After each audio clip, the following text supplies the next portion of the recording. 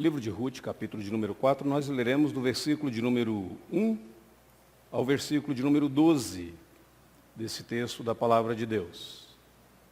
É sempre uma alegria poder abrir a Escritura Sagrada, de poder ler as Escrituras Sagradas e saber que um privilégio como esse, 4 bilhões de pessoas no mundo não possuem. Eles não podem ler as Escrituras, eles não têm acesso às Escrituras Sagradas. E se você considerar o privilégio que temos, ainda temos, é tão grande, e deveríamos então valorizar momentos como este, da leitura, da exposição da Palavra de Deus, do estudo das Escrituras Sagradas nos dias atuais. Ruth, capítulo 4, do versículo de número 1 a 12, diz o seguinte: Boaz subiu à porta da cidade, assentou-se ali. Eis que o resgatador, de que Boaz havia falado, ia passando. Então lhe disse: Ó fulano, chega-te para aqui e assenta-te. Ele se virou e se assentou. Então Boaz tomou 10 homens dos anciãos da cidade e disse: Assentai-vos aqui. E assentaram-se. Disse ao resgatador: Aquela parte da terra que foi de Elimeleque, nosso irmão, Noemi, que tornou da terra dos Moabitas, a tem para venda. Resolvi, pois, informar-te disso e dizer-te: compra na presença destes que estão sentados aqui e na de meu povo. Se queres resgatá-la, resgata. Se não, declara-mo para que eu saiba, pois outro não há, senão tu que a resgates e eu depois de ti. Respondeu ele: eu a resgatarei. Disse, porém, Boaz: no dia em que tomares a terra da mão de Noemi, também a tomarás da mão de Ruth, a Moabita, já viúva, para suscitar o nome do esposo falecido sobre a herança dele. Então disse o resgatador: para mim não a poderei resgatar, para que não prejudique a minha.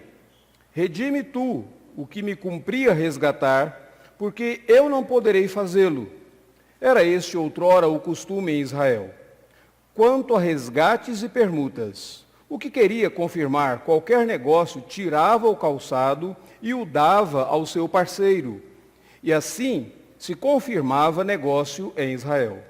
Disse, pois, o resgatador a Boaz: compra-a tu, e tirou o calçado. Então Boaz disse aos anciãos e a todo o povo: sois hoje testemunhas de que comprei da mão de Noemi tudo o que pertencia a Elimeleque, a Quilom e a Malom. E também tomo por mulher Ruth, a Moabita, que foi esposa de Malom, para suscitar o nome deste sobre a sua herança, para que este nome não seja exterminado dentre os seus irmãos. E da porta da cidade, disso sois hoje testemunhas. Todo o povo que estava na porta e os anciãos disseram: somos testemunhas. O Senhor faça a esta mulher, que entra na tua casa, como a Raquel e a Lia, que ambas edificaram a casa de Israel. E tu, Boaz, ate valorosamente em Efrata, e faze-te nome afamado em Belém. Seja a tua casa como a casa de Pérez, que Tamar teve de Judá, pela prole que o Senhor te der desta jovem. Vamos orar? Obrigado, Senhor Deus, pelo privilégio de podermos ler a tua palavra e nela meditar.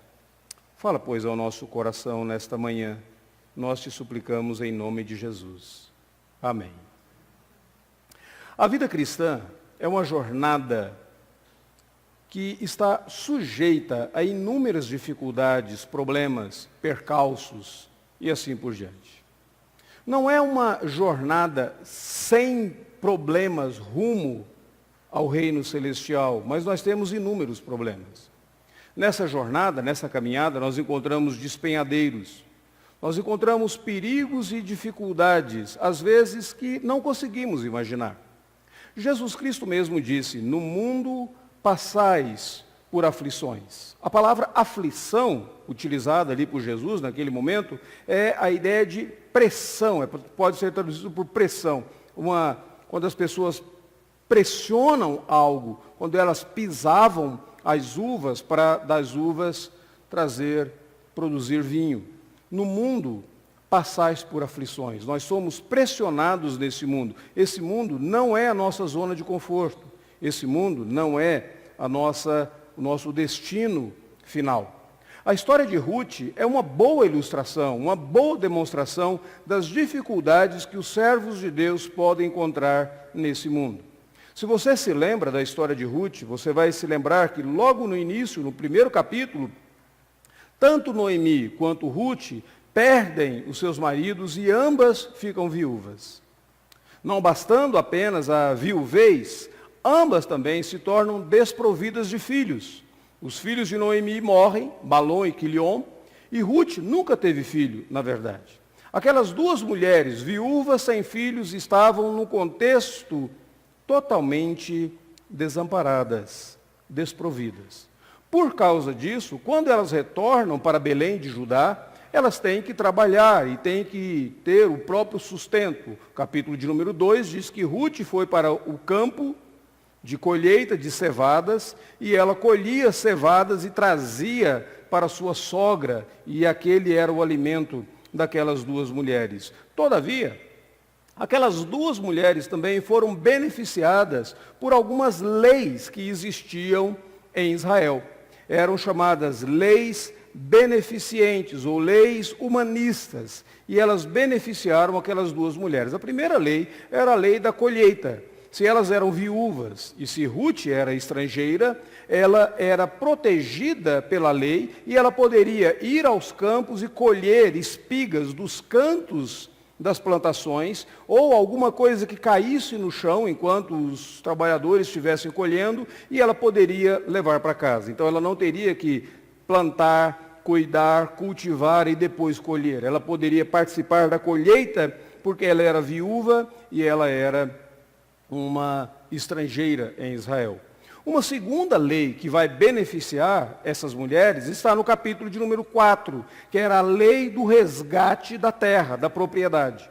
A terra prometida, que foi dada por Deus ao povo de Deus, ela não poderia ser vendida, não poderia ser comercializada.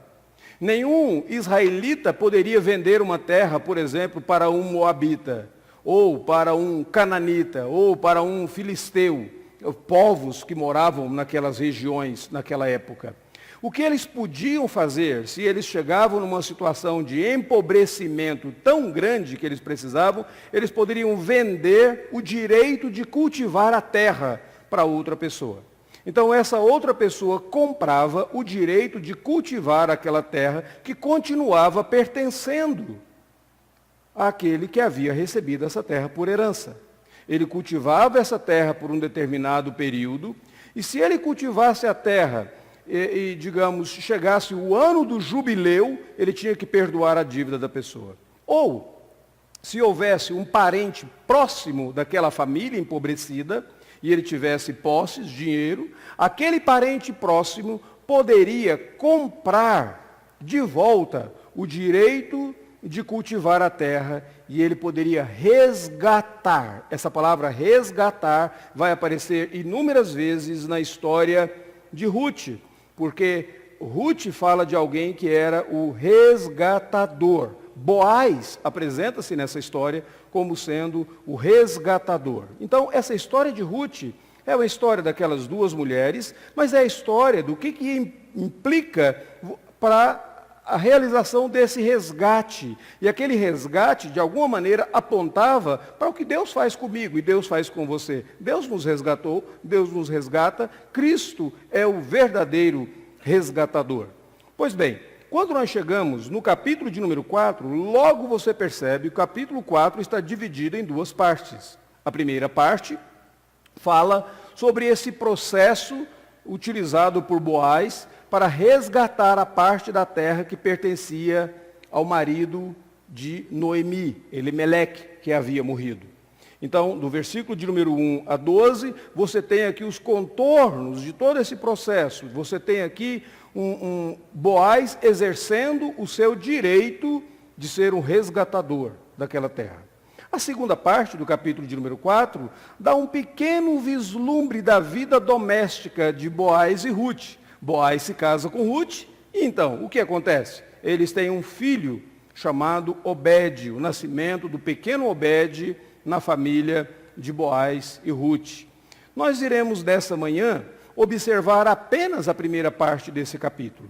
E vamos lembrar algumas coisas bem interessantes. Lá no capítulo 1 de Ruth, as personagens principais, aquelas que ocupam o centro da cena, são Noemi e Ruth. Noemi a sogra, Ruth a nora, e elas estão retornando para Belém. Se você quiser, de alguma maneira, se lembrar do que acontece no capítulo 1, eu diria, vamos conectar o evento ao local, e você vai dar o título para o capítulo 1 assim, na estrada, né? Ou no caminho. Elas estão no caminho de volta, e naquele caminho de volta, na estrada de volta para Belém, Ruth é convertida. Que interessante. No capítulo de número 2, quem toma o centro da cena é Ruth.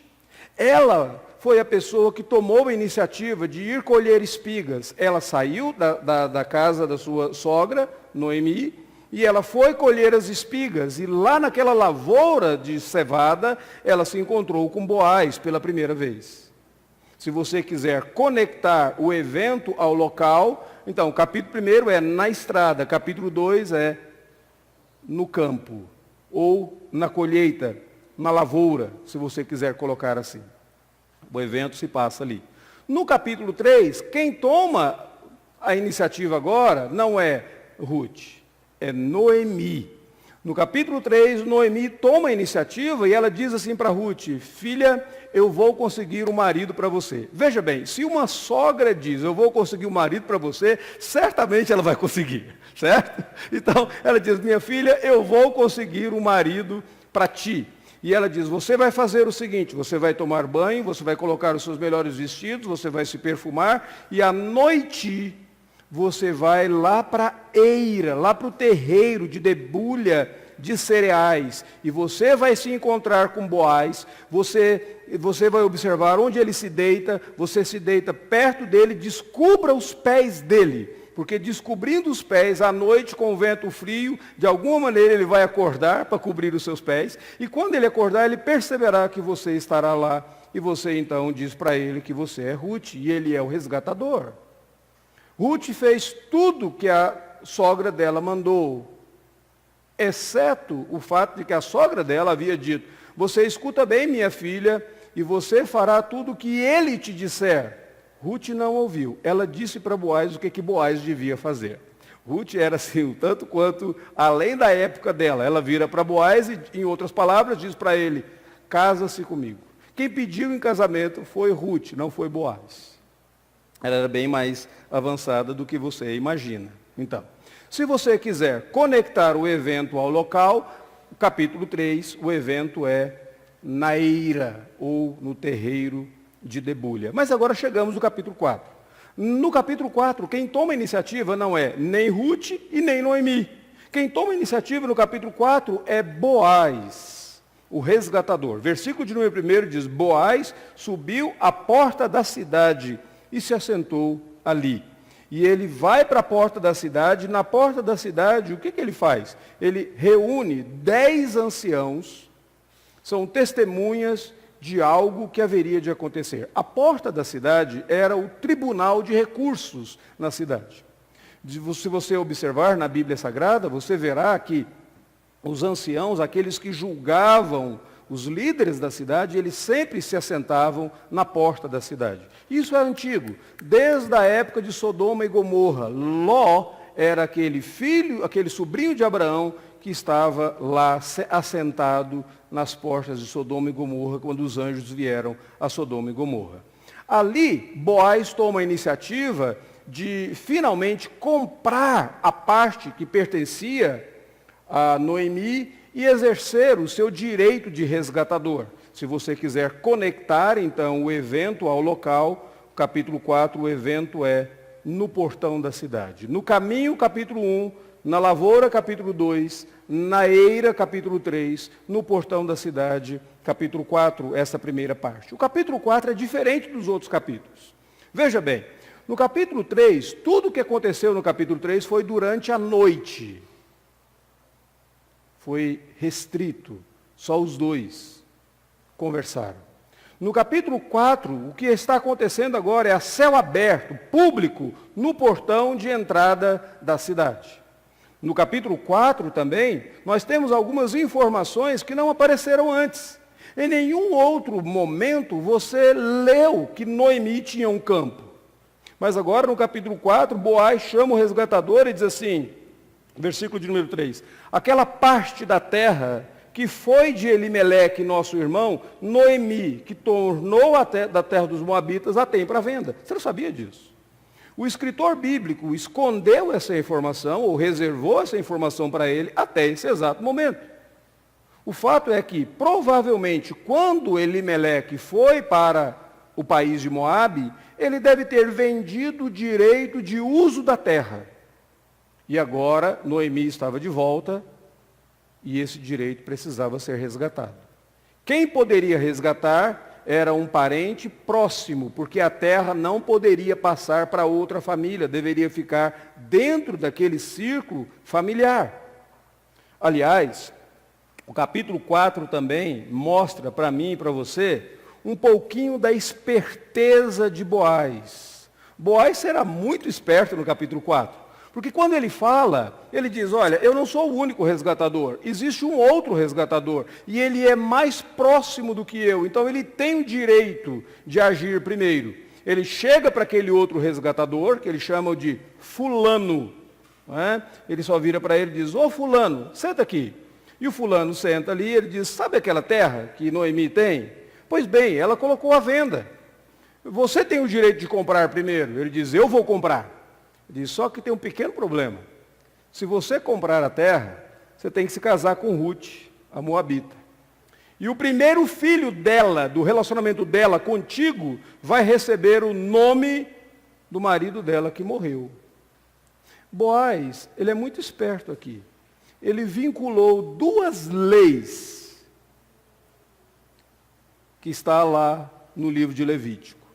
A lei do resgate da terra e a lei do levirato. Ele não precisava fazer isso, e na verdade o resgatador não tinha a obrigação de se casar com Ruth. Mas Boaz coloca a situação de tal forma, ele vincula aquelas duas leis, que o outro resgatador, quando ele olha, diz, para mim não dá, resgata você. O que nós vemos aqui nesse texto que nós acabamos de ler, do versículo de número 1 a 12? Há 5 coisas aqui que nós precisamos compreender bem para extrairmos as lições para a nossa vida diária. Primeiro, o processo, a preparação do processo que foi colocado ali. E veja bem, esse texto aqui tem tantos detalhes, e esses detalhes, eles não são apenas detalhes gramáticos, eles são detalhes dogmáticos, teológicos. Não são apenas detalhes lógicos, mas teológicos. Eles não são apenas detalhes literários, mas eles têm algumas lições doutrinárias para a minha vida e para a sua vida. Primeira coisa que nós observamos é a preparação do processo. O versículo de número 1 e 2 diz que Boaz subiu à porta da cidade. A sua pergunta é, por quê? Porque ali era o melhor lugar para encontrar o outro resgatador. Todos passavam por ali. E ele sobe logo, cedo pela manhã, ele vai para lá. E era esse o melhor local para encontrar o outro parente. O versículo de número 1 diz que ele conseguiu. Se você queria encontrar alguém, você não marcava o encontro via WhatsApp e nem entrava no Facebook da pessoa, mas você iria para aquele local onde todos estariam transitando, especialmente pela manhã. Boaz foi para lá, ficou aguardando. Quando o outro resgatador passou, ele diz, ô fulano, senta aqui. Aliás, a porta da cidade funcionava como um tribunal de justiça. Todas as transações comerciais aconteciam ali. Os anciãos ficavam assentados ali, não é porque eles não tinham nada que fazer, mas eles ficavam assentados ali julgando os casos que a comunidade tinha. Eles eram as testemunhas naquele momento. Versículo de número 3 e 4, Boaz apresenta o caso. Esse é um processo agora, não é um processo criminal, não é um processo judicial, não existe inimizade entre Boaz e o outro resgatador, esse é um processo meramente administrativo. Como é que eu sei que o processo é administrativo? Simples. Boaz começa conversando com o outro resgatador. Se fosse um processo judicial, Boaz teria se dirigido primeiro aos anciãos. Ele teria conversado com os anciãos primeiro, dizendo para eles julgarem entre os dois. Aqui não existe um julgamento entre os dois. O processo é administrativo. Boaz chama o outro resgatador, coloca o caso para ele. Nenhum crime existe aqui até esse exato momento. A terra...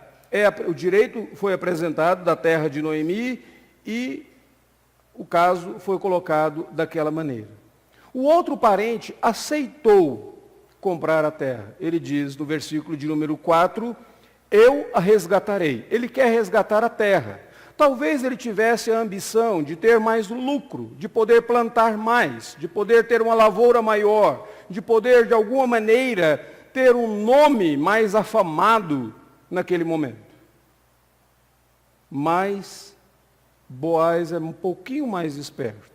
E no versículo de número 5 e 6, Boaz faz uma conexão da lei da terra com a lei do levirato. A lei da terra dizia o seguinte: nenhuma herança pode sair do círculo familiar, mas ela precisa ser resgatada pela família. É a família que tem que resgatar, resgatar e resgatar. A não ser que a família seja extinta. A lei do levirato dizia, nenhuma família poderá ser extinta do povo de Deus. Então, se houver o caso de uma mulher ficar viúva, ela não tem filho, o irmão do marido dela se casa com ela. Se ela não tiver irmão, o parente mais próximo se casa com ela. Por quê? Para que o primeiro filho do casal seja chamado pelo nome, então traga a memória do nome daquele que havia morrido, daquele que havia falecido. Boaz conecta as duas coisas. Nenhuma família pode ficar sem terra, sem posse, e nenhuma terra pode ser distribuída fora do círculo familiar, mas nenhuma família pode ficar extinta. Então, Boaz fez, olha, se você vai resolver o problema da terra, o que você vai fazer com o problema da família extinta? Naquele exato momento, o outro resgatador desistiu. Por que ele desistiu? O texto não diz, mas aparentemente ele estava mais interessado na propriedade do que em pessoas. Ele estava mais interessado na terra do que na vida daquelas mulheres viúvas.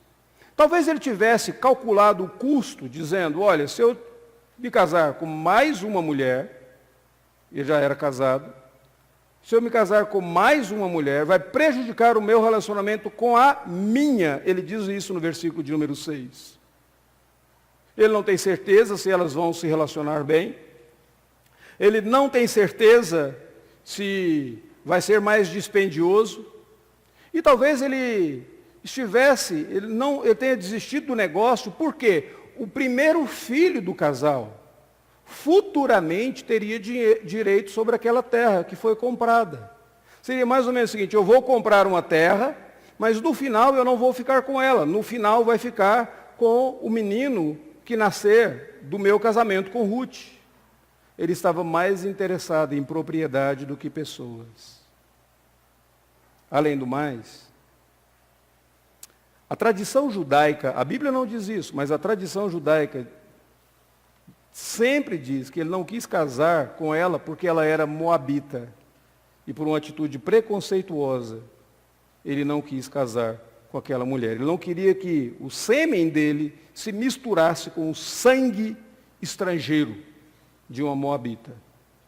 E ele não casa. O que é interessante notar é o seguinte: ele se recusou a dar seguimento ao nome de uma família em Israel. E sabe qual que é o resultado?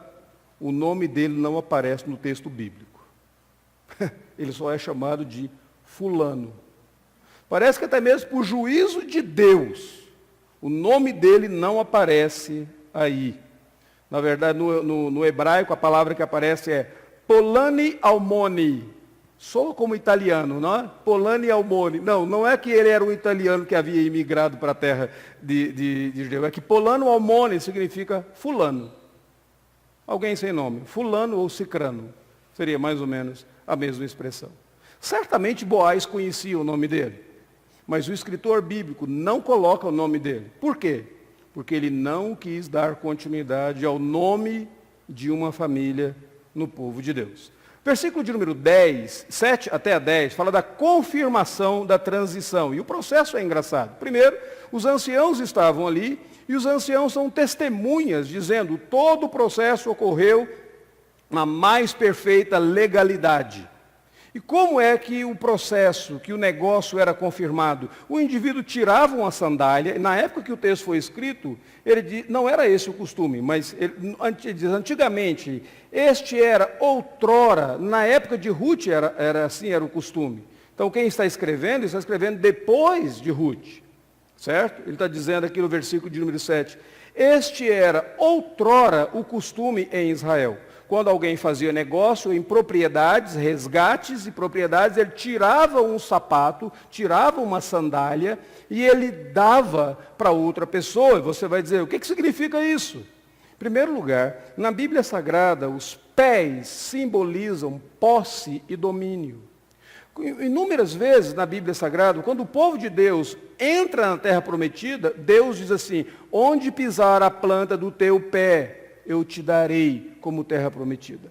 Salmo de número 2 também fala isso, onde pisar a planta do seu pé. Os pés significam posse e domínio. Como aquele homem havia desistido de comprar a terra, como ele havia desistido do negócio, ele tinha que tirar o sapato, como um simbolismo, dizendo, eu abro mão do meu direito, eu abro mão do meu domínio, e eu entrego o meu direito a você. E ele dá a sua sandália para Boaz, no versículo de número 8, e ele diz assim, compra tu, e ele tira o calçado.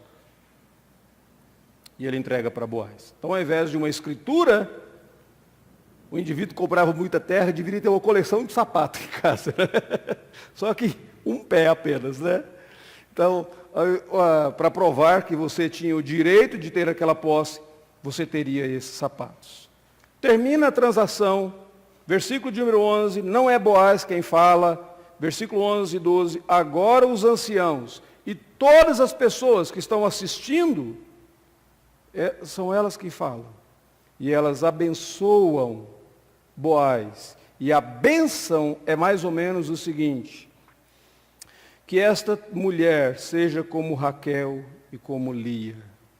Que fantástico. Raquel e Lia foram as esposas de Jacó. Raquel e Lia eram as mães dos filhos de Jacó, que deram origem às tribos de Israel. Elas eram as matriarcas de todo Israel.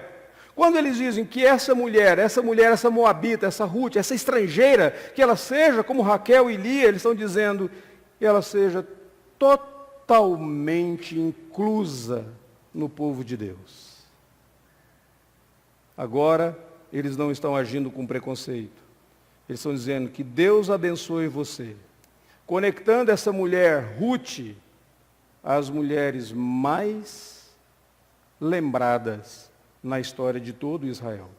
E para Boaz, a bênção de Boaz era que o teu nome seja afamado. Faze-te o nome afamado em Belém. Você que não se preocupou com o seu próprio nome, mas você quis emprestar o seu nome, casando-se com Ruth, para que desse casamento ela tivesse um filho e o nome do marido dela fosse lembrado, você e o seu nome então será afamado. Que bênção. O outro resgatador recusou-se casar com Ruth, mas Boaz não. E a bênção agora é que Boaz e Ruth fossem como Pérez, filho de Tamar. E você se lembra dessa história lá em Gênesis, capítulo 38.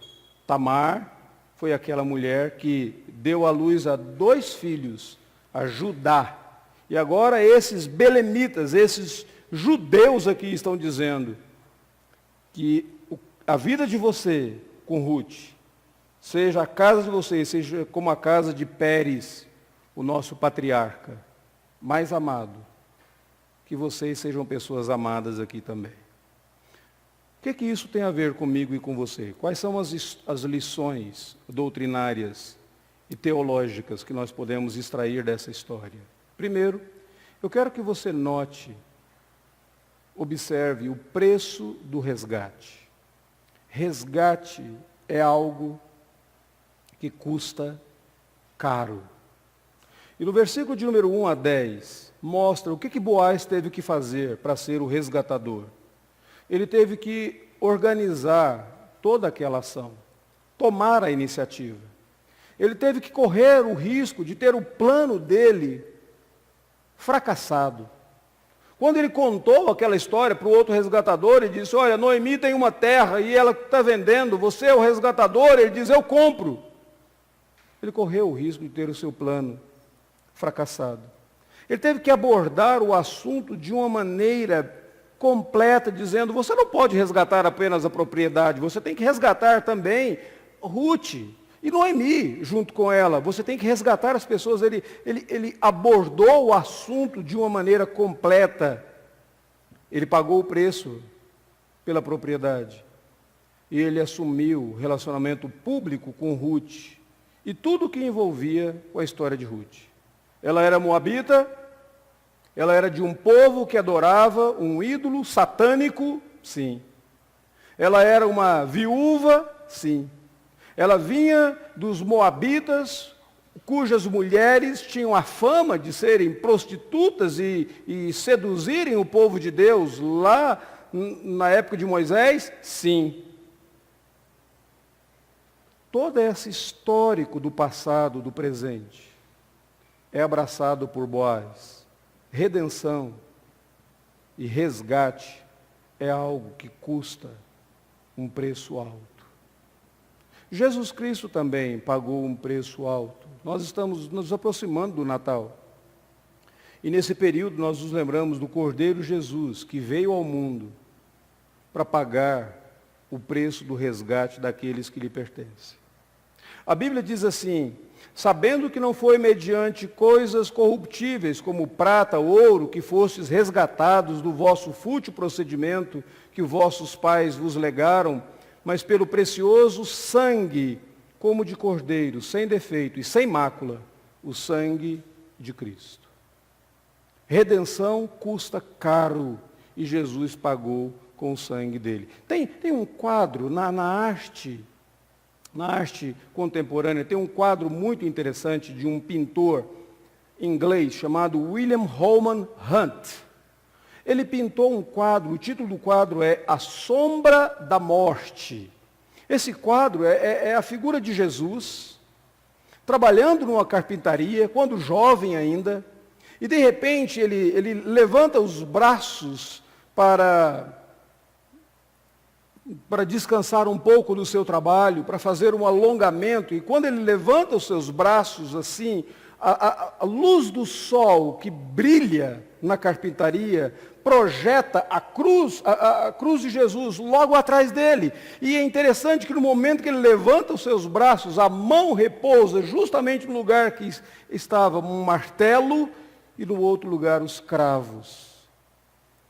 No quadro existe uma mulher que o rosto dela não aparece, mas certamente é Maria. E ela olha para a sombra e ela fica assustada. Ela estava observando nos baús ali os objetos que os magos trouxeram no nascimento de Jesus. E quando ela olha para a sombra, ela fica assustada, porque a sombra da morte esteve sobre Jesus Cristo todos os dias da vida dele. Não pense você que havia cruzes foi apenas na última semana de vida de Cristo Jesus. A via dolorosa não aconteceu apenas nos últimos dias do nosso Redentor. Toda a vida dele foi vida de sofrimento.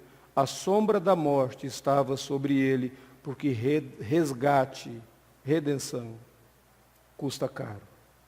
Custou caro para Boaz, custou caro para Jesus. Segunda lição que nós podemos aprender são as bênçãos do resgate. Eu acho engraçado que quando Boaz decide resgatar, o versículo de número 11 e 12 diz que eles, o povo, os anciãos e o povo da cidade abençoa Boaz e Ruth. Eles dizem: somos testemunhas, o Senhor faça a esta mulher que entra na tua casa como Raquel.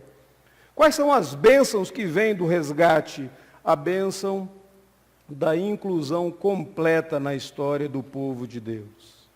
Ruth deixaria de ser estrangeira ou moabita. Ruth seria comparada às matriarcas mais famosas. O passado de Ruth seria redimido. As dores de Ruth seriam redimidas. Quando Cristo coloca o seu coração em mim e em você, Ele não está preocupado com o seu passado.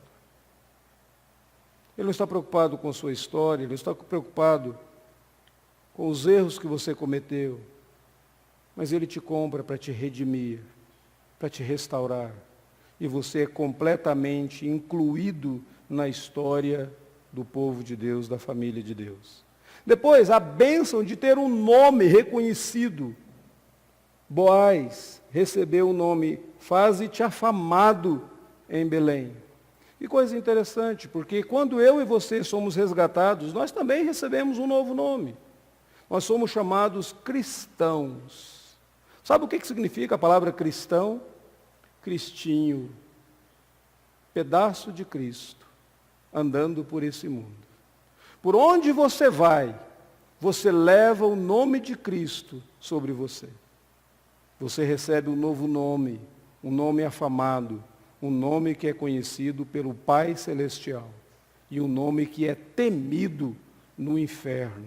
Você tem sobre você o nome cristão.